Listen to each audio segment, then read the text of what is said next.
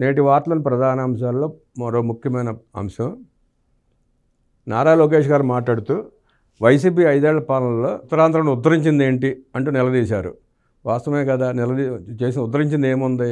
ఋషికొండకు గుండు కొట్టి విడిది కోసం ప్యాలెస్ కట్టుకుని దాంట్లో కూడా కోట్లు మింగి ఉత్తరాంధ్ర ప్రజల భూములను ఆక్రమించుకుని ఉత్తరాంధ్ర చేసిన మేలేంటో జగన్ రెడ్డి చెప్పాలా.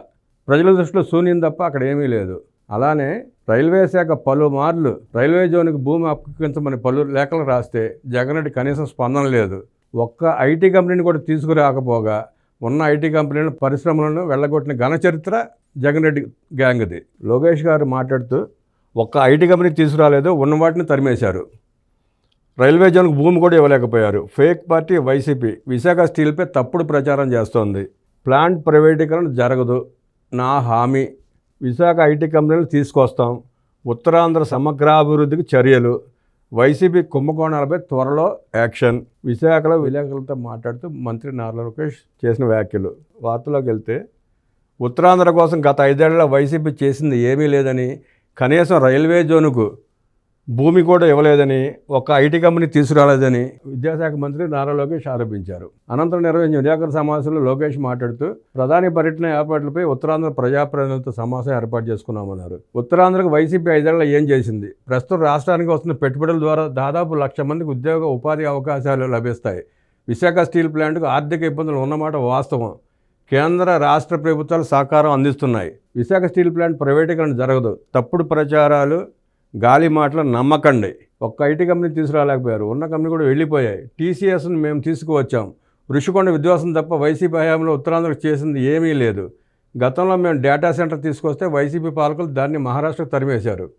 లులును తరిమేశారు. హెచ్ఎస్బీసీ మూతబడింది. కియా పరిశ్రమ చంద్రబాబు తీసుకొస్తే ఆత్మలతో మాట్లాడే జగన్ రెడ్డి వైఎస్ తీసుకొచ్చారని దుష్ప్రచారం చేశారు. టీసీఎస్ విషయంలో కూడా ఇంతే. హుద్హుద్, తిత్లీ తుఫాన్, విజయవాడ వరదల సమయంలో సాయం ప్రకటన జగన్ రెడ్డి. ఆ డబ్బులు ఎక్కడ పెట్టారో ఎవరికి తెలియదు. ఆ నిధులు ఎక్కడికి వచ్చేసారో చెప్పాలని డిమాండ్ చేసిన నారా లోకేష్. విశాఖను ఐటీ కేంద్రంగా తీర్చిదిద్దామని నారా లోకేష్ హామీ ఇచ్చారు. ఏ రాష్ట్రంలోనూ ఇంత పెన్షన్ ఇవ్వడం లేదు. సిపిఎస్ రద్దు, సంపూర్ణ మద్యపాన నిషేధం చేస్తామని 5 ఏళ్ల పాలన జగన్ రెడ్డి ఎందుకు చేయలేదు? 1000 రూపాయల పెన్షన్ పెంచేందుకు 5 ఏళ్ల సమయం తీసుకున్నారు. మేము అధికారంలోకి వచ్చిన మొదటి 100 రోజుల్లోనే 1000 రూపాయల పెన్షన్ పెంచాం. దేశంలో ఏ రాష్ట్రంలోనూ 4,000 పెన్షన్ ఇవ్వడం లేదు. అన్నా క్యాంటీన్లు తిరిగి ప్రారంభించాం. దీపం పథకం అమలు చేస్తున్నాం. తల్లికి వందనం ఎప్పటి నుంచి అమలు చేసేది ప్రకటించాం. రైతులకు ఇవ్వాల్సిన నిధులకు కూడా తేదీలు ప్రకటించాం. మత్స్యకారులకు వేట నిషేధ భృతి ఇస్తున్నాం. వైసీపీ హయాంలో మత్స్యకారులకు ఎందుకు బకాయిలు పెట్టారు? ఫీజు రీఎంబర్స్మెంట్ బకాయిలు ఎందుకు పెట్టారు? స్కూల్ కిడ్స్కు 1,000 కోట్ల రూపాయలు బకాయిలు పెట్టారు. అవన్నీ మేము చెల్లిస్తున్నాం.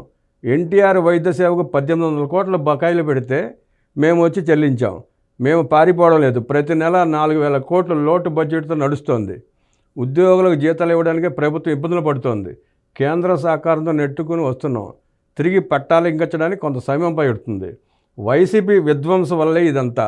పారిశ్రామికవేత్తలను గతంలో వైసీపీ పెద్దలు ఇబ్బందులు పెట్టడంతో వారు పెట్టుబడులు పెట్టేందుకు భయపడుతున్నారని మంత్రి లోకేష్ తెలిపారు. ఉత్తరాంధ్రకు పెద్ద ఎత్తున ఐటీ కంపెనీలు తీసుకువస్తాం. విశాఖ మధురవాడలోని మిలీనియం టవర్లో టీసీఎస్ కంపెనీ ఏర్పాటు అవుతుంది. టీసీఎస్ సొంత భవనాల నిర్మాణానికి 3 ఏళ్ల సమయం పడుతుంది. అప్పటి వరకు మిలీనియం టవర్ను ట్రాన్సిట్ బిల్డింగ్ వినియోగించుకుంటూ ఫేజ్ 1లో 2,000 మందికి ఉద్యోగాలు కల్పిస్తారు. టీసీఎస్ సొంత భవనాల నిర్మాణానికి అవసరమైన భూములు కూడా చూపిస్తాం. విశాఖలో ఐటీ కంపెనీలకు పెద్ద సెంటర్ కూడా నిర్మిస్తామని మంత్రి లోకేష్ చెప్పారు. గిరిజనులకు ప్రత్యామ్నాయ ఉపాధి అవకాశాలు. గిరిజనులకు ప్రత్యామ్నాయ ఉపాధి అవకాశాలు కల్పిస్తాం. అరకు కాఫీని 300 కోట్ల నుంచి 3,000 కోట్ల బ్రాండ్కి తీసుకువెళ్ళాం. గంజాయి నియంత్రణకు ప్రత్యేకంగా ఏకల్ టాస్క్ ఫోర్స్ ఏర్పాటు చేశాం. దీనికి అదనంగా నిధులు కూడా కేటాయిస్తున్నాం. గంజాయి సాగును కట్టడి చేస్తాం. విశ్వవిద్యాలయాల్లో, కళాశాలల్లో డ్రగ్స్ వద్దు బ్రో నినాదంతో ముందుకు వెళుతున్నాం. మంత్రులందరం కలిసికట్టుగా పనిచేస్తున్నాం. బీసీల అభ్యున్నతి కోసం కూటమి ప్రభుత్వం కృషి చేస్తోంది. గతంలో ఎన్నడూ లేని విధంగా సిఎస్, డీజీపీ, టీటీడీ ఈఓ పదవుల్లో బీసీ సామాజిక వర్గాలకు చెందిన అధికారులకు అవకాశం కల్పించాం. మంత్రులందరం కలిసికట్టుగానే పనిచేస్తున్నాం. లోపాలు ఏమైనా ఉంటే ఓపెన్గా మాట్లాడుకుంటున్నాం. వైసీపీ దుష్ప్రచారం మాత్రమే. మేం పరదాలు కట్టుకుని తిరగడం లేదు. జగన్ సెక్యూరిటీతో పోల్చుకుంటే చంద్రబాబుది 30% అని లోకేష్ వివరించారు. సీఎం సతీమణి కోసం క్యాంప్ ఆఫీసా? ఋషికొండ భవనాలను ఏం చేయాలో మాకే అర్థం కావడం లేదు. 700 కోట్లు దుర్వినియోగం చేశారు. కూల్చివేత, పాత బిల్డింగ్ విలువ మరో 300 కోట్లు, మొత్తం 1000 కోట్లు వృధా అయ్యాయి. వైసీపీ హయాంలో సీఎం సతీమణి కోసం క్యాంప్ ఆఫీస్ నిర్మాణం చాలా వింతగా ఉంది. ముఖ్యమంత్రి సతీమణి కోసం క్యాంప్ ఆఫీస్ ఎప్పుడూ వినలేదు, దేశంలో కూడా ఎక్కడా లేదు. సజ్జల రామకృష్ణారెడ్డి అటవీ భూముల ఆక్రమణ, మద్యం ఆక్రమణలపై విచారణ జరుగుతోంది. వైసీపీ హయాంలో అన్ని కుంభకోణాలపైన విచారణ జరుగుతోంది. త్వరలో యాక్షన్ ఉంటుందని నేను భావిస్తున్నా. వాలంటీర్ల గురించి మొసలి కన్నీరు కాస్తున్న జగన్ రెడ్డి, ఆయన హయాంలో వాలంటీర్ల నియామక జీవోను ఎందుకు రెన్యూవల్ చేయలేదని మంత్రి లోకేష్ నిలదీశారు. ప్రభుత్వ పాఠశాలలను బలోపేతం చేస్తాం. ప్రభుత్వ పాఠశాలల్లో మౌలిక సదుపాయాల కల్పన కోసం 5,000 కోట్లు అవసరం. ప్రభుత్వ పాఠశాలలను బలోపేతం చేసే బాధ్యత ఎన్డీఏ ప్రభుత్వం తీసుకుంటుంది. గత వైసీపీ ప్రభుత్వం చేతగాని దానివల్ల 5 లక్షల మంది విద్యార్థులు ప్రభుత్వ పాఠశాలల నుంచి దూరమయ్యారు.